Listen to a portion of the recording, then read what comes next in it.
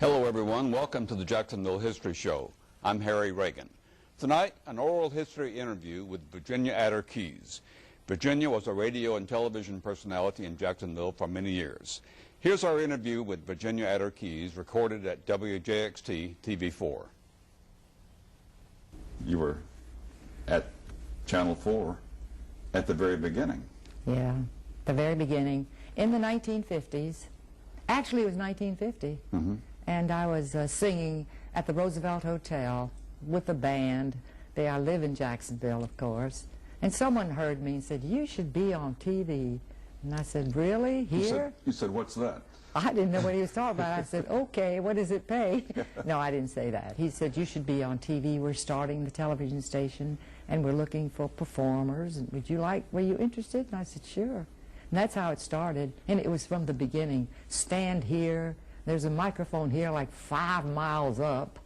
And you stand here and we give you a signal. And when we give you the signal, you talk. And when we give you this, that means shut up. I thought, gee, that sounds great. They're telling me what to do. So that's how we started. And you were singing. I was singing. 15-minute show. At night now. Did you continue your singing career in addition to working yes, of course. The station? Oh, yes. I sang at the Roosevelt Hotel, and the show it started at 11 o'clock at night, and then they gave me one at 7 in the evening, and then one in the morning. And how the morning show started, when one day someone came up to me while I was singing and said, that was a good song, I like that. And I said, "Who are you?" And they said, "Well, I'm just in town, and I'm representing the station. I wanted to tell you that's a very good idea." And someone said, "You know, we should do a talk show where you could sit down and talk to someone." I said, "What about singing?" "Well, you can sing if you want to, but it's a talk show." So that's how that started, with maybe we can just sit and talk to someone, see how that works. Now, the thing that we have to remember is that you were kind of inventing television, because there hadn't been any television before in Jacksonville. Oh, no. As a matter of fact, we didn't know what was going on. The camera on us, we didn't have a TV set, a monitor. We had no idea what we looked like, how my hair was, what my makeup was like. The camera was there and we talked. And we were not interested in anything except the guests that we had at the moment. That was it. And we always need to remember it was live television. Oh, well, we didn't know anything else. Yeah, there was nothing else. No, we didn't know what else they could possibly do. You know, that came much later. But this was all live. Oh, yeah. Now, when did radio come along in your career? You did TV first. Oh, I did radio for many, many years. I attended school in the downtown, the Immaculate Conception, da-da-dum, for many, many years. And I sang in the beautiful church on the corner, if you remember that entire block. Mm-hmm. And someone heard me sing one day and said, "Oh, that was beautiful. Would you like to sing on radio?" And I said, "Yeah, I'd love to sing on radio." So it was the Roosevelt Hotel, which was the Carling Hotel then. And they gave me a show, a 15-minute show. And the show emanated from the hotel? From the hotel. Uh-huh. Oh, I thought that was really it. You know, I was singing. And that was WJAX? Oh, yes. That was the city-owned station. Yeah. And so I walked from our house to the station and do my show, and I sang like 3 or 4 songs. And it was all ad-lib. There was nothing prepared. Where was the radio station? Well, the radio station was right down on Main Street. As a matter of fact, that building, I think, is still there. Mm-hmm. Beautiful building. And they had many shows, their children's programs. It was the big station owned by the city. Mm-hmm. And that was my first big, I thought, break. And, of course, how did you have any interest in radio or television, or did it just came along? I sang. I sang at the Roosevelt Hotel when I was very, very young. They had amateur shows, and I was always standing in line. And one day, the performer, Harvey Bell, was very famous in Jacksonville. He said, "Why don't you work here a couple nights a week?" And I said, "Well, I attend the Immaculate Conception School. I don't know if my mother and father..." "Well, as long as we give you we give you a very early show, 8 o'clock, and then you'd be home, by 9 o'clock. So I started at the Roosevelt Hotel and walked home after every show. And then during the summer I worked many hours then, and it just was really turned out, the war and all of that. Did you have any training to sing, or did it just Never. come natural? No, and because when you attend a parochial school, remember that? The nuns taught you to sing, you sang, and you knew, and they taught you how to sing, how to hold a note. But it was always something I enjoyed doing as a child. I wanted to always sing, and I think they realized that I would stand there and listen and learn, and they needed that in children in those days. How many radio stations were there at that time? Oh, WJAX was a city-owned station. It was the only station? That's the only one I remember. Okay. Because there you could stand in line and wait until they said you're on, and it didn't cost you a dime. Then you'd walk home. So, and you born in Jacksonville? I was born in Massachusetts. Oh, okay. My parents were born in Lebanon. Are you familiar with Lebanon? Mm-hmm. Beautiful country. And they came to this country, and Mama, and they had 7 children. And they left Gardner, Massachusetts, where I was born. And my brother contracted polio there during the polio epidemic. And someone said, oh, there's a wonderful hospital in Florida, and maybe they can help somehow. Mm-hmm. So we moved to Jacksonville. And he did get a lot of help there, and he also went to Shriners Hospital for crippled children. They were great. The Shriners were really there for him. So we went through all of that, which is good for a family to see that life isn't so perfect, and we have to all help. And we helped him. He became quite a young man in the city of Jacksonville. He worked for the city. You know Flip. They called him Flip. Worked for the city. For the city for many, many years. And then I started in television the first day it started. They you know, I said I can sing, and they said good. And can you sell? Do you want to? You know, then it just moved up to whatever you could do. You tried. You actually tried on the air, because nobody cared as long as you had TV and there was one station. Oh, Stratton said that one day. Boy, everybody knows us. Everywhere we go, everybody knows us. Right. And then it dawned on us, you know, it's the only station. They have to watch us. So. Now, we have to remember that no one had a TV set. Why would they? Because there was no TV station. We didn't have one. We didn't have a TV station. So the first mission, I think, was to get people to buy TV sets so they could watch.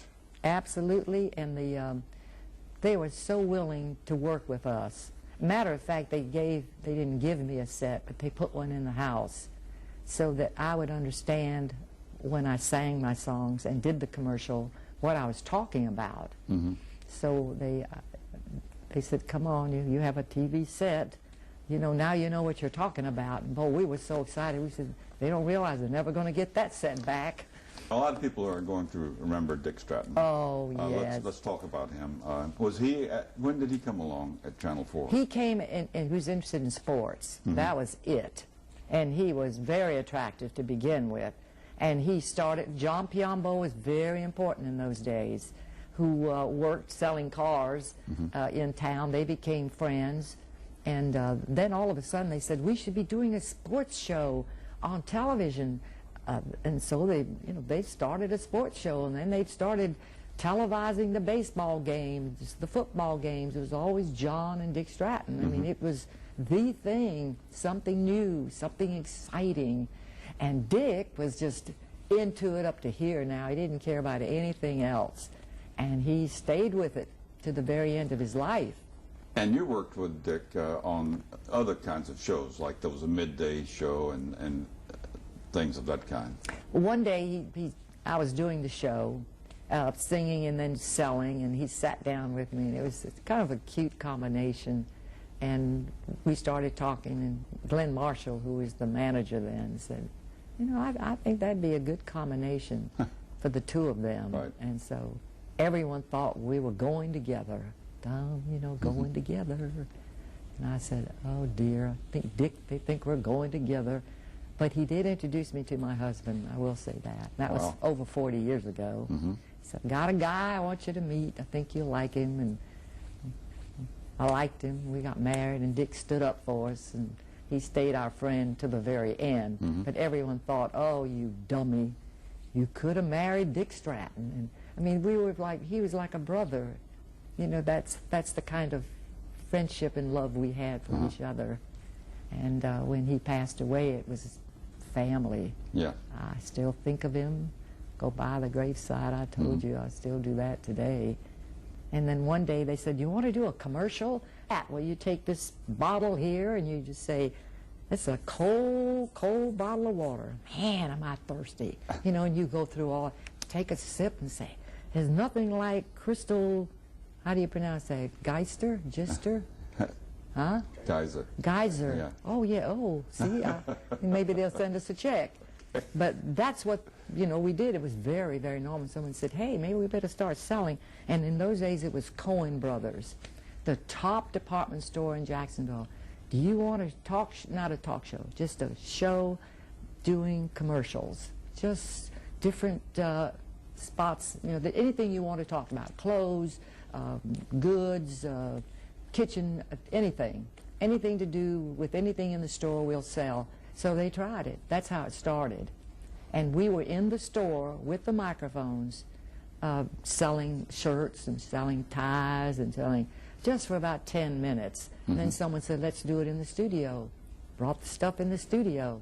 Let's do it for 20 minutes. Let's do it for then a half hour. And then someone said, well, bring someone from the store. One day I sat with a lady. She said, I work in the store. I'm a saleswoman. I said, forget that. Just talk, just the way we do every day. And she said, okay. And so she started, yeah, that's great top. It's only $19.99. And they started buying, honey. They started buying spots on TV. It was fabulous. And some businessmen decided that they wanted to be on TV, of course. And some of them started doing their own commercials, right? Yeah, sometimes it was good. Sometimes not, yeah. Sometimes they were a little, well, they all thought they could do it because they owned the store. Sure. It was their money. I mean, it was they were the chief. You know, I'm the chief. They all know me. But once that light hit them, pow, they would go, ugh. And they'd watch themselves on TV and think, my gosh, I'm on TV. And they'd say, oh, hi, how you doing, buddy? You know, then they'd scared, and then then it was a different thing. But then when they started taping, it was, you know, then they could stop and do it over again. But live, if they ever saw themselves, that was the end.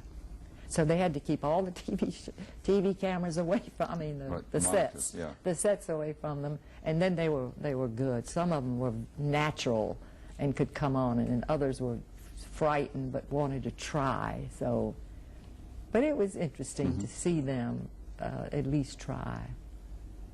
And let's talk a little more about Dick Stratton. The other thing that that people would remember, of course, is the connection between Dick and the Florida Gators. He was definitely an orange and blue. He was the greatest supporter, the most interesting man. Everything he felt for them was from the heart. He gave his time, he gave his money. You know, he would take his money and spend it on anything just to be sure that it was promoted right. That was his heart, the university. And for years and years, he did the Sunday recap of the Florida Gator game that had taken place the day before on Saturday. Yes, he was. I think it was good, Harry, because it was sincere. I mean, it was. You know, most guys they'll say, "Here's a script." Doesn't know a thing about it. He studies the script. I'm not saying this to every man or woman. But a lot of us, I did it too. You know, if you're in a hurry, they said, here's a script, you have a minute, and you do your thing. But Dick knew so much about the University of Florida. He loved the school. It was in his heart. When he talked about the school, he wasn't kidding. It wasn't phony. It was from the heart. The team was from the heart. That was what he was good. He wasn't just promoting. It was from the heart. You're watching an oral history interview with Virginia Atter Keyes. We'll have more of our interview after this. The Jacksonville Historical Society, preserving your city's history, protecting your city's treasures. Advocating the restoration of Jacksonville landmarks, archiving a century of historical documents, collecting rare photographs, tens of thousands, creating the Merrill Museum House, piece by piece, restoring Old St. Andrew's Church, receiving Florida Historical Society's top honors, publishing historical books, elegantly crafted, producing video histories, dramatically told, educating our citizens for decades, enlightening the generations to come, sponsoring tonight's special television presentation, and offering you the opportunity to become a part of Jacksonville history. Call 665-0064, visit jackshistory.com, and become a member of the Jacksonville Historical Society, celebrating 80 years serving our community.